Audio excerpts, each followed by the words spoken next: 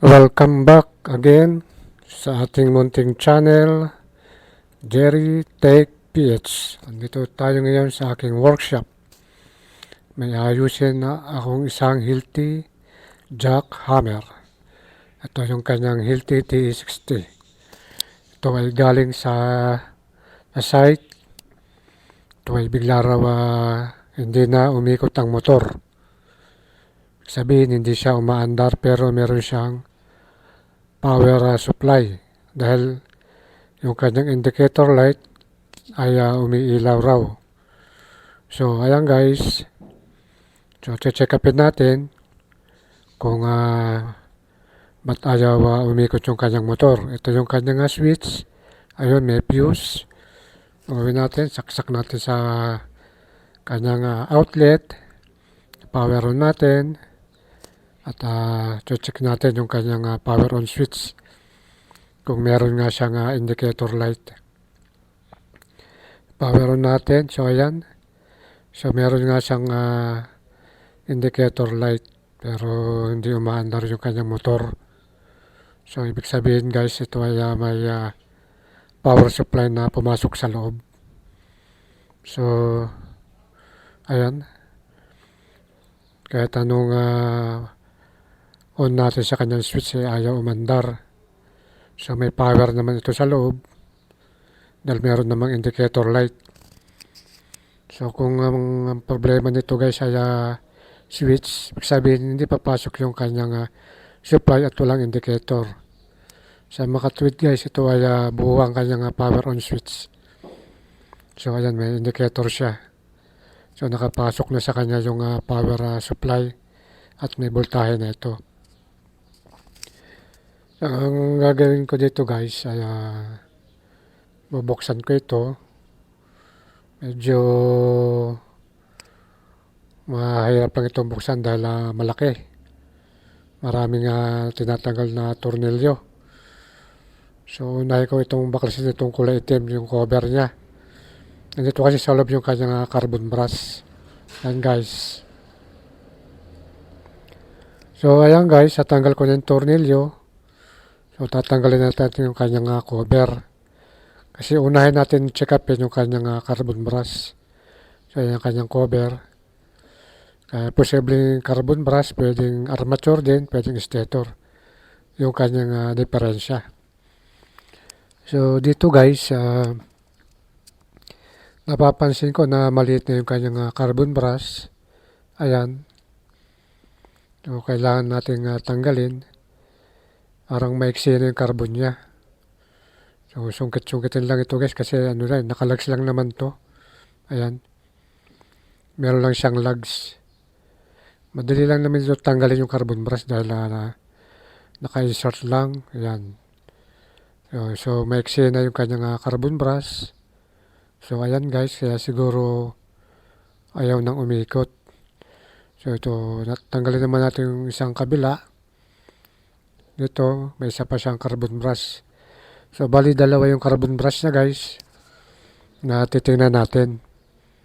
So ayan, natanggal ko na itong isa para malaman din natin na kalahati na rin. So ayan guys, ito ng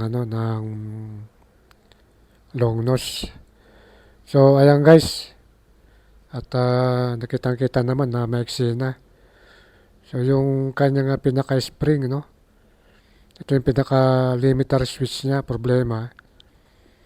Lumabas na yung spring niya. So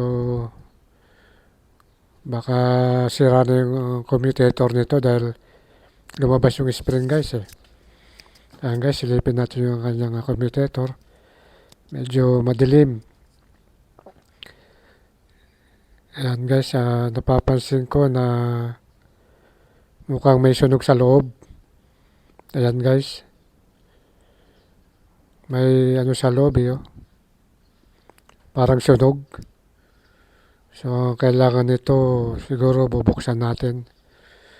So itong kabila, silipin din natin. So ayan guys, yung kabila na carbon brush holder ay May itim lang siya. Yan, may itim.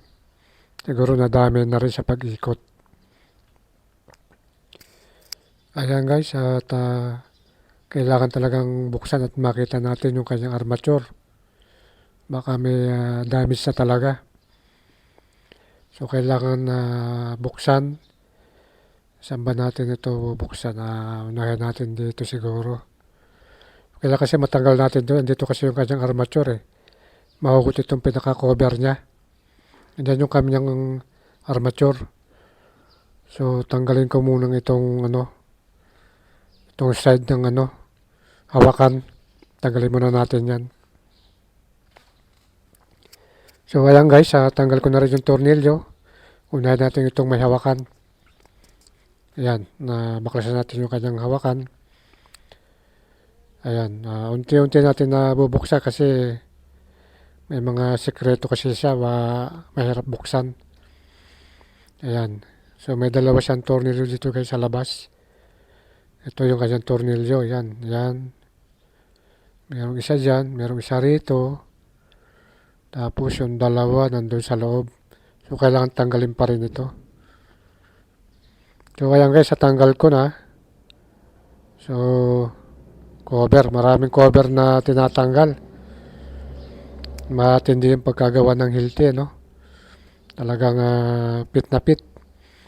So ayan guys, medyo marumi itong side na to. Parang tumagas yung langis. Nialikabok. Itong kabilang side ay wala naman siya, malinis. So malinis yung kabilang side. Ayan, doon lang sa kabila ang marumi. So ibig sabihin lang nito guys ay tumagas ang langis nito. Natuyuan to. Ayan. So bubuksan natin to guys para makita natin yung gearbox sa loob. So ayan guys, tanggal ko na yung kanyang tornilyo. So hugutin na natin yan. Ayan, baklas ko na lahat. Medyo matrabaho itong Hilti jack hammer. So maraming binabaklas mula sa cover hanggang sa tornilyo niya. So ayan, makikita natin yung armature. Ayun, natanggal ko na. Ito yung kanyang armature. Ayan guys. So ito naman guys yung kanyang stator. Medyo okay naman siya. Wala siyang sunog yung stator niya. Yan ang stator niya. Yung may kabila na winding. Ito naman. Ito yung kanyang armature. Itong isang buo armature ang tawag dito. Ayan. Ito naman commutator bar. Dito sumasayad yung carbon brush. Ayan. Ito yung naging resulta ng carbon brush dahil yung spring lumabas. Tumama siguro dito kaya yan ang nangyari. Nasunog.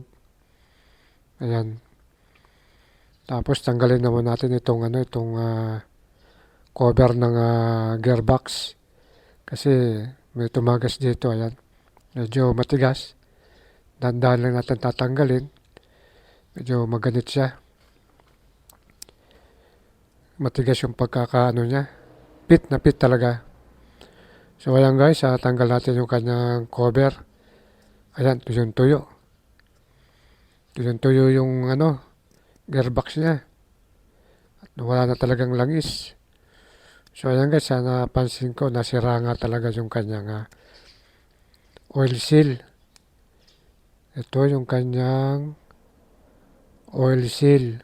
So ayan guys, ang oil seal niya tumagas nga. Kaya pala tumagas dahil sira yung kanyang oil seal. Yan ang mga isang dahilan kung bakit natutuyuan ng langis. So kailangan kasi nito every 3 months check up natin yung jackhammer para hindi natutuyuan ng langis. Ayan guys, kitang-kita naman. So walang langis. Kaya siguro nasira yung kanyang armature. So ayan guys. So nakita na natin na hindi lang pala carbon brush ang kanyang nasira, pati rin itong oil seal. Mabuti na lang at binuksan natin. So dyan, nakita na natin guys. So ayan guys, wala pa naman tayong materyales. Ang ginawa lang muna natin ay check up lang natin. So ang papalitan natin dito, armature, isang buo at isang oil seal. So guys, hindi mo natin ito mabubusunod sa video, papakita ko guys. Maraming salamat guys.